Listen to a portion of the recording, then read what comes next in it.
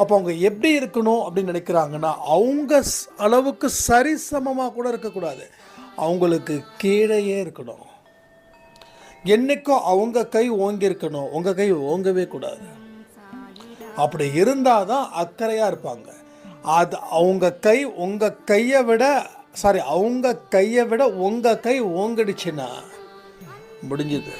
உங்கள் மேலே அக்கறையே கிடையாது. இருக்கிற அத்தனை சேத்தையும் வாரி இறைப்பார்கள்.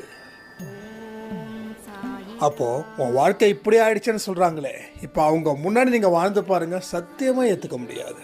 ஏன்னா அவங்க என்றைக்குமே அறிவுரை சொல்கிற இடத்துல இருக்கணும், நீங்கள் என்றைக்குமே தாழ்ந்து இருக்கணும். இதுதான் அவங்களுடைய எதிர்பார்ப்பு. இதை தாண்டின எந்த மந்திரமும் இல்லை, எந்த ரகசியமும் இல்லை. அப்போது யாருக்கிட்டையும் எந்த அறிவுரையும்